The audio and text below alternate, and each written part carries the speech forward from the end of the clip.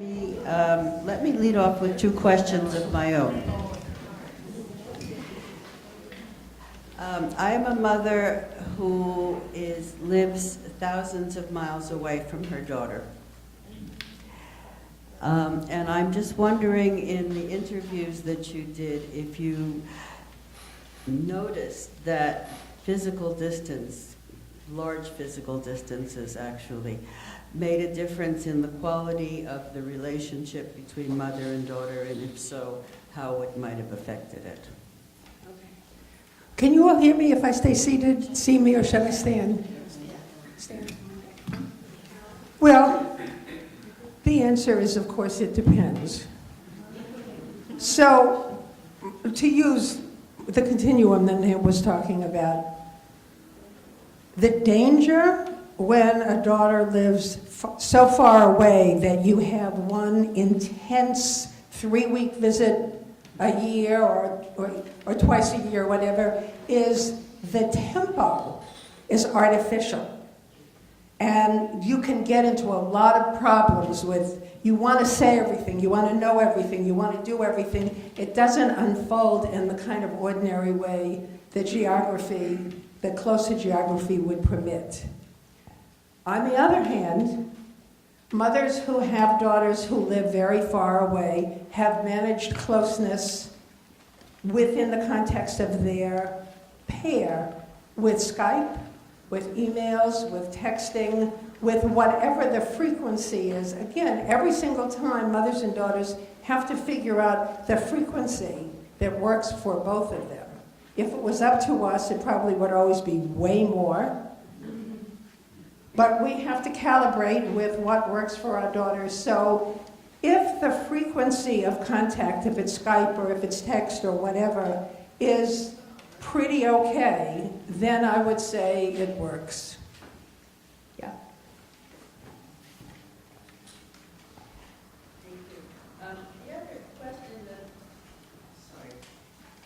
The other question that I would ask is that in my own experience as a daughter and a mother, I found myself very much engaged in a prolonged process of differentiating and separating myself from my mother, and in my case, getting as far away as I possibly could. And I have seen in my daughter exactly the same thing working itself out.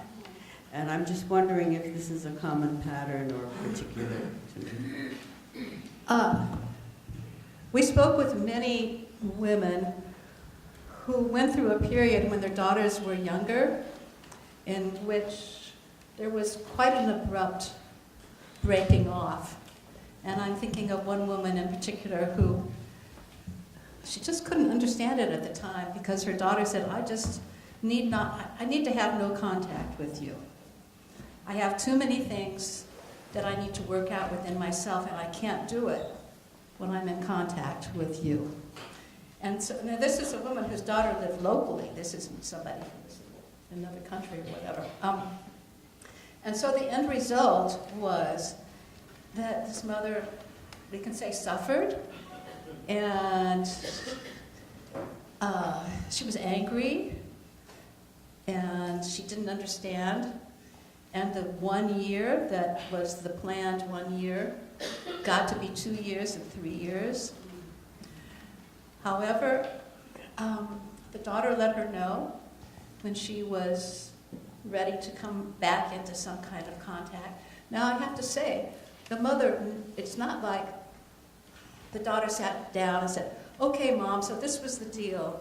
You know, here are the reasons why I took these years away, and here is exactly what I've learned and what I've resolved. That's not how it ended. How it ended was, you know, they got together at a cafe and had some coffee together. And it was kind of chit-chatting.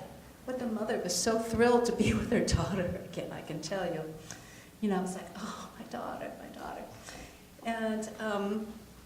And then time has gone by, and daughter has, you know, children and so forth. And for all intents and purposes, you know, the mother feels close. They do a lot of things together. And she doesn't know exactly what happened during those years.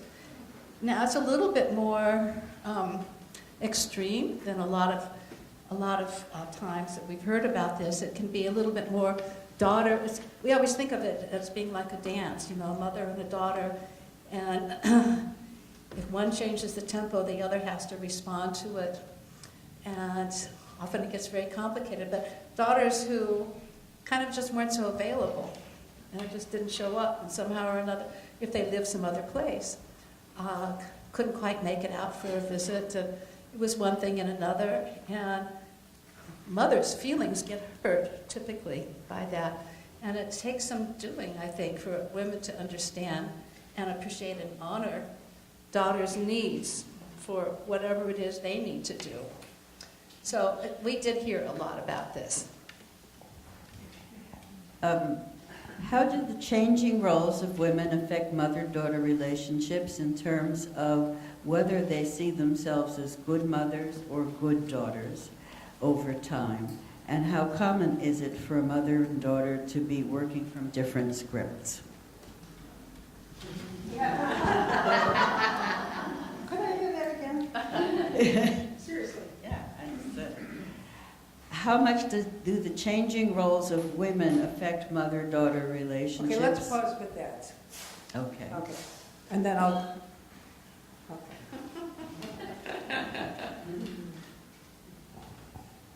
There's so much to say about all of this, and it's very hard to synthesize, but the first thing that comes to my mind about that is there is a certain amount of envy that mothers told us they felt.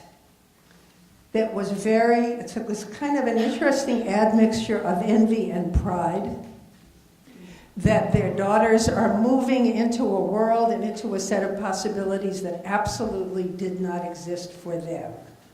They had to carve out every square inch of whatever the shape of their life became.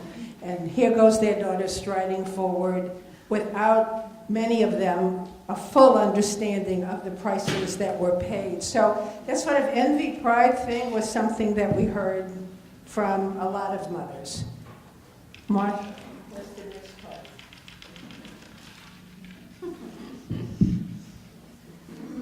The next part is,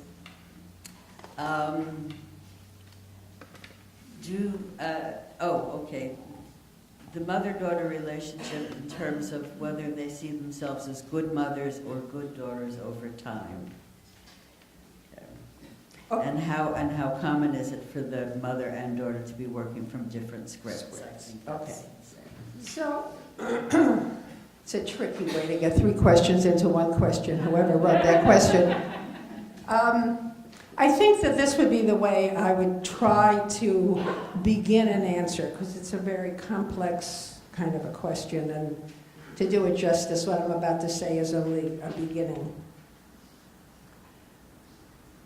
What I have come to is that we give our daughters what it is that we wanted.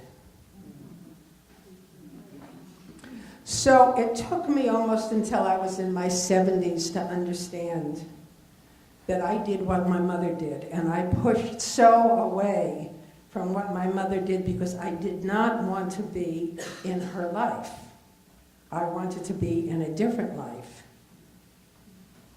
And my daughter did not want to be in my life.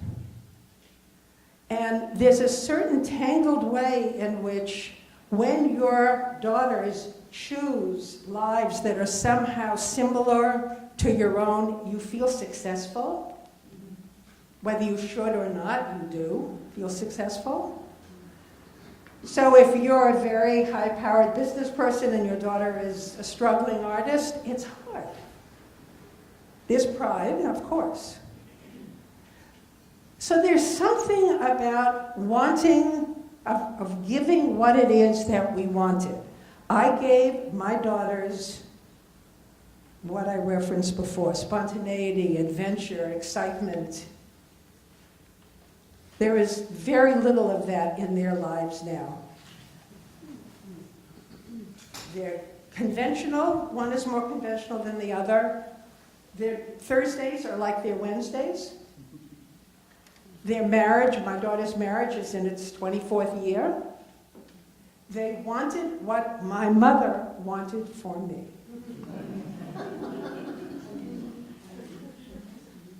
So when the question comes about success, it's hard to know what success means. It's like when Nan and I were trying to unpack closeness. What does closeness mean? It's so variable from woman to woman and pair to pair. So I don't know what success is except what Nan was just talking about, which is the other thing that we found repeatedly in the interviewing. And I'll say it like a simple declarative sentence. Old women are brave. And I think the reason that old women are brave is because the things that used to matter to us when we were in our 50s, will they like us? Will they invite us back? Am I looking good? Am I doing good? Those things simply don't matter. The deeper, truer things as we age are what matters. And being able to see our lives, our daughters' lives, accept, acknowledge, in whatever ways any of us need to do, we are so much better able to do that now. And so many of the women that we spoke with are in the process of doing that or preparing to do it. So I hope that just gave a little hint of an answer.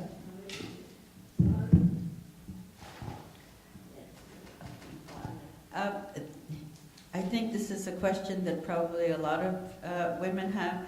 Did you interview mothers who have several daughters, and to what extent were their relationships different with each one of them, and how?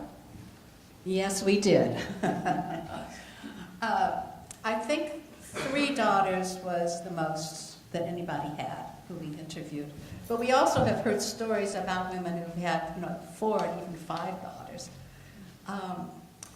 So the standard thing that people say is my relationship with each one of them is different because they are different. I'm thinking now of a woman who had a daughter who she saw regularly, like every week or so. And she was there that I think the daughter had school-age kids, and so she would pick them up from school and be with them. And with this daughter, the daughter would come home and they would sit over a glass of wine or whatever, and they would just talk about, what their days had been like and just describing their lives in a way that felt warm and wonderful. And there were lots of things that just weren't talked about in depth, but that was fine. She felt close to this daughter. She had another daughter who she didn't see that often, but when she got together with this daughter, they would go immediately to more self-revealing kind of conversation. And so there wasn't all the stuff to talk about with the family. The daughter wanted to talk about much more about what did her mother feel about, I'm trying to think of some of the questions, but they went way deeper about herself. How did the mother feel about herself and how she had lived her life? The daughter wanted to speak about who she was and what she was learning about herself. And this woman would never have that same conversation with the first daughter, but that she could have with the second. But she loved them both, and she would say that she was close to both of them, but just in different ways. Can I just add something to the, thank you, to the multiple daughters? One of the sections in the book is about preparing for the end of our lives. And how we choose which daughter is going to be our medical power of attorney. Well, if we have one child who gets very frantic when you're not well, or if there's an emergency and is not calm and can't make good decisions, you want the other daughter to be your medical power of attorney. if you're thinking about what you're going to do with your money and your resources, if you have one daughter who makes a very, very extensive living and another one who's struggling with a special needs grandchild, even though your values may be 50-50, the actual lived experience is a little bit different. And so what one mother said, which is the piece I just wanted to add to this, is I am going to make my decisions so that when I am no longer here, the relationship among the daughters is the best it can be. I just thought that was an important piece to add. Do you think that mothers' disappointment with authenticity in their relationship with their daughters may be a result of the expectations that daughters will be their best friends with their mothers, comparable to the connections that they have with their close women friends? Absolutely. Women have expectations, many women have expectations in their relationships with their daughters that probably can't be met. With our close friends, we can speak, or many of us feel we can speak about those things that are of the greatest concern to us, some of the things that are embarrassing, things that we work out things in our conversations with women who are our friends. We don't do that so much with our daughters because fill in the blank. You know, it gets really tricky. Our daughters are, they're so deeply beloved by us, and at the same time that we can be really close and in loving relationship, there also needs to be breathing room. We see our friends, they come and go. There's automatic breathing room. But with our daughters, we need that for the relationship to thrive. And you know something? Mothers can get to be too needy, or daughters too needed. What are the boundaries? There's already so much in relationships between mothers and their daughters that pose boundary questions. We have the same bodies, more or less. My daughters and me, we have the same bodies. We share a lineage. We're the blood that goes through this lineage. There's a great expectation that mothers and daughters are going to be close. But yet, I'm not going to talk to my daughters about, let's say, past sexual experience. I'm not going to talk to my daughters about a lot of subjects that I would talk to friends about.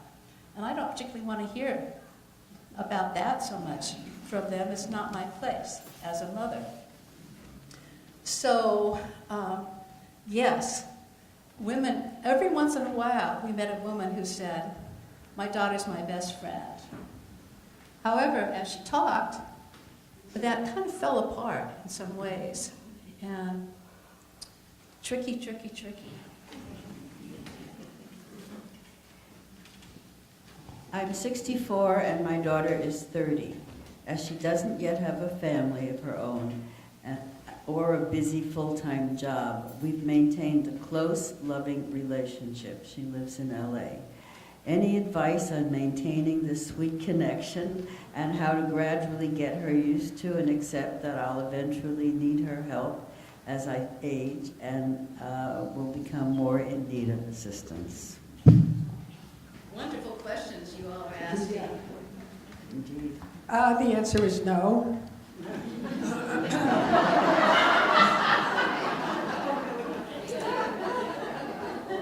But I can say a few things after the no. If you are in a sweet place with her now, cherish it. Just cherish it for every drop that you can get, because between where you are now and you needing her at the end of your life for care, there's a long way to go. And there's going to be a lot of changes in your life. There's going to be a lot of changes in her life. There's going to be a lot that needs to happen. So they're just, I mean, it's an obvious thing to say. There isn't any way to know what's going to happen. We do our most poignant best to prepare for the best we can prepare. But if things are good now, just the light of it would be what I would say.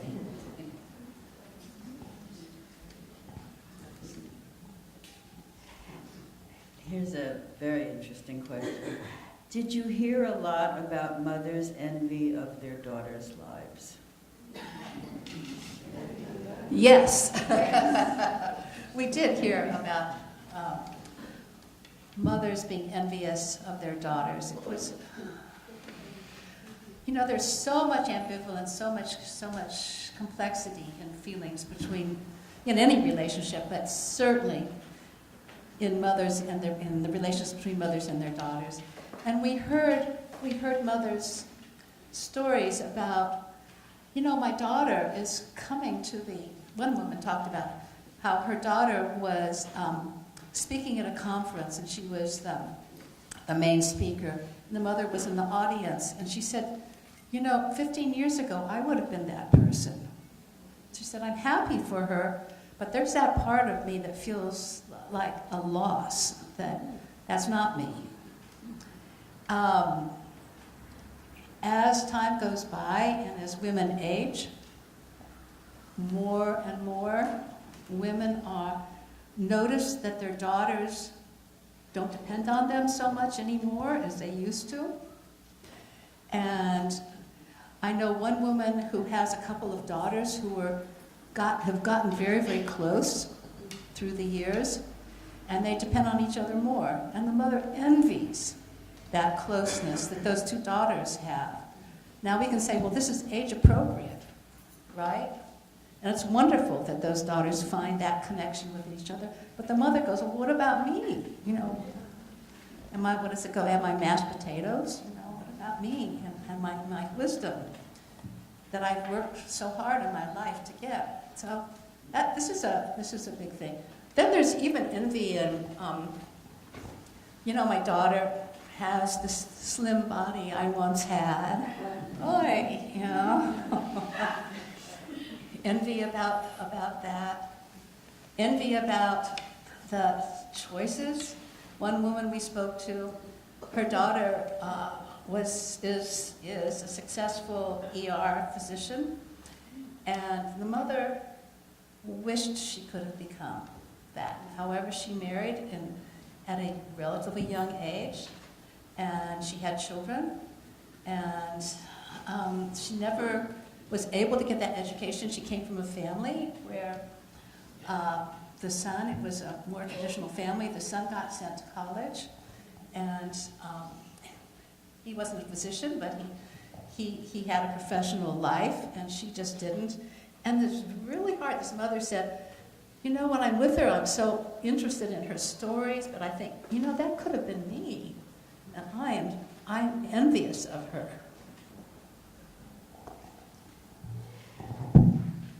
You may not be able to answer this question, but it's a very good one. What affects whether mothers and daughters can talk about mortality, disability, and the mother's wishes about death and dying?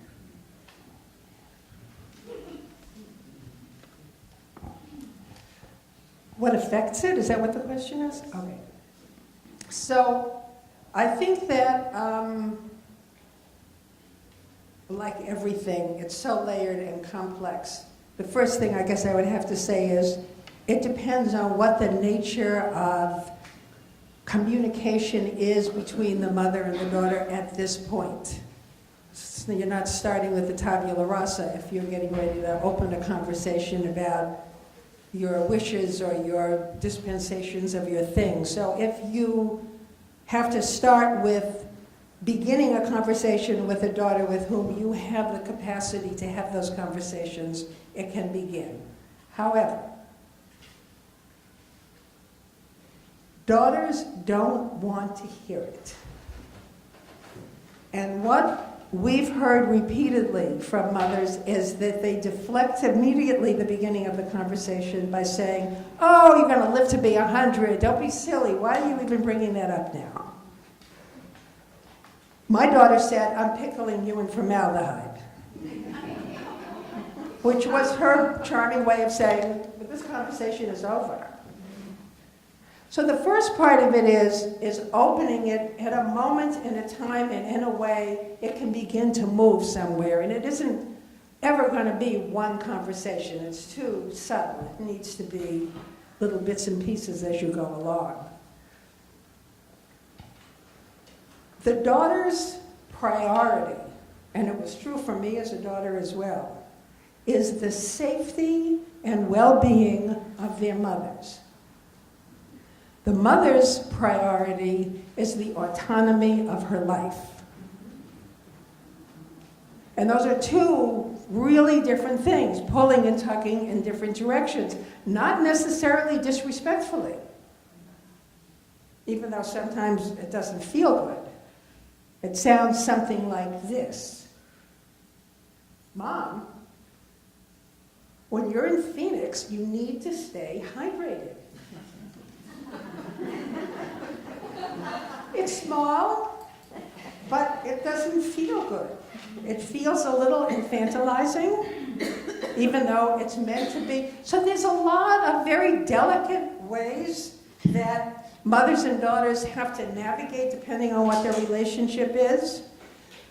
I think the other thing I would say about this is that, back to what Nan was saying about best friends, having best friends, it's really important for us to think through exactly what it is we want and we need in our aging.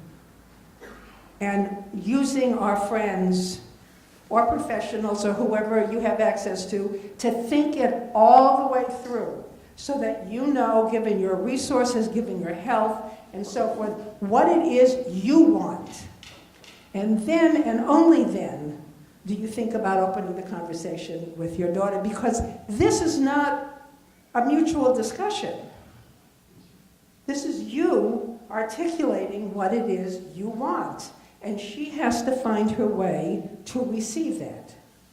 And then again, depending on if there's more than one daughter, if with each relationship being distinct and unique in its own way, you probably would want to consider having the possibility of separate conversations, or a family meeting where the daughters could commiserate with each other or whatever. But the main thing is you have to know what you want before stepping towards the daughter. This is a statement and not a question. I'm going to turn it into a question. The statement is, I find that my daughter tends to mother me. My question is, did you find this kind of situation among the women that you interviewed?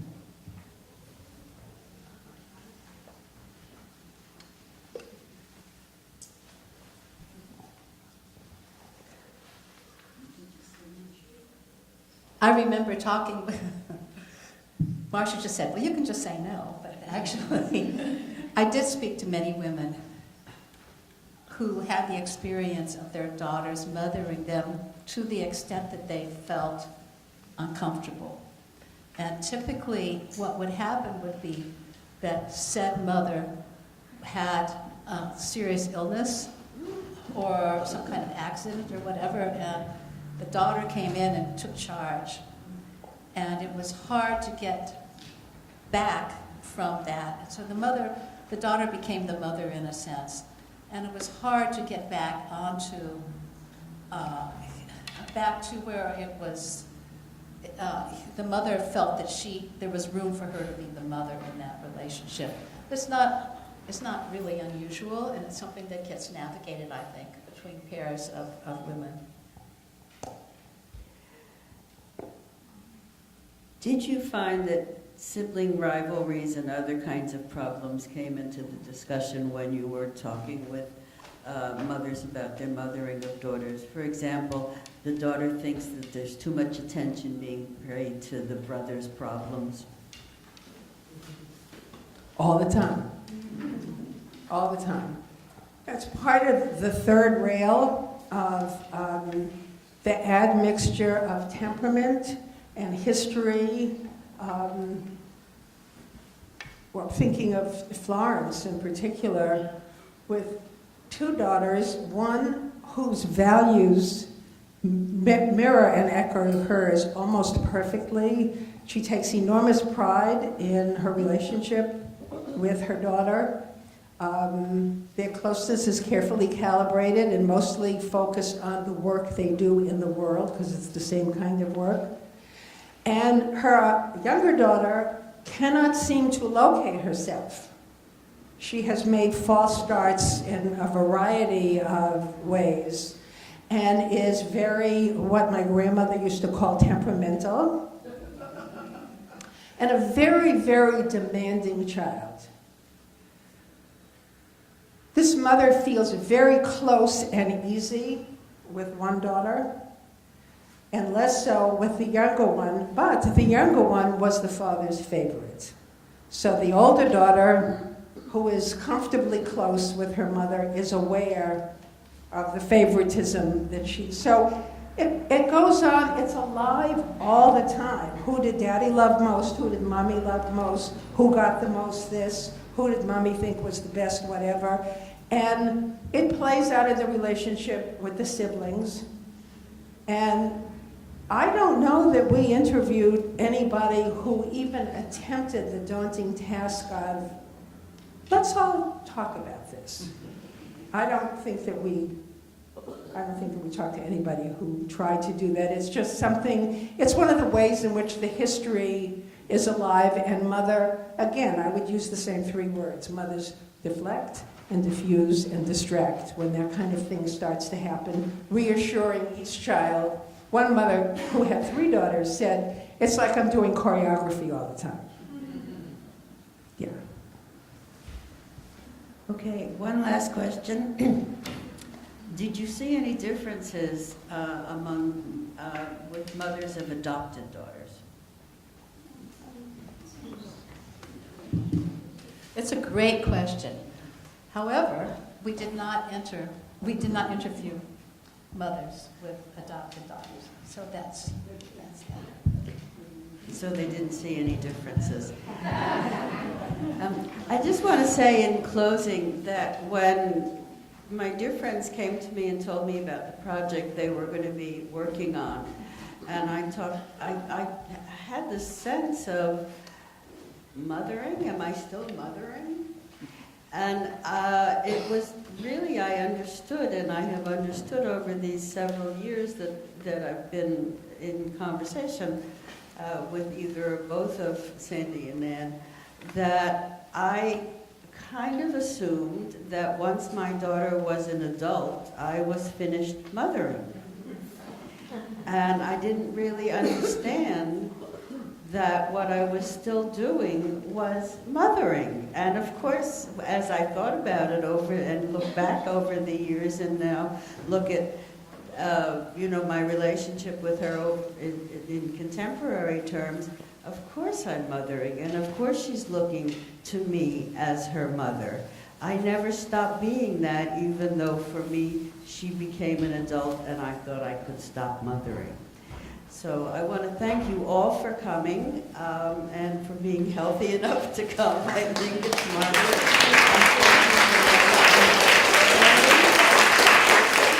Also for being healthy enough to come, and thank you so much. They will be signing books and happy to answer your questions and so forth. It's in the back. One additional thing before we go. It's so wonderful to be here and be talking with you, and I know each one of you has your own story. Wish we could hear them all. Sandy is the person on our team who is taking this project forward. And it is a project of providing spaces for women to talk about their relationships with their daughters. And Sandy is doing it through small groups, through workshops, through talks at senior centers and so forth. So sandrabutler.net is the way to get in touch with her. If you know of a group of people who would like to continue this conversation, really invite you to contact her. Thank you.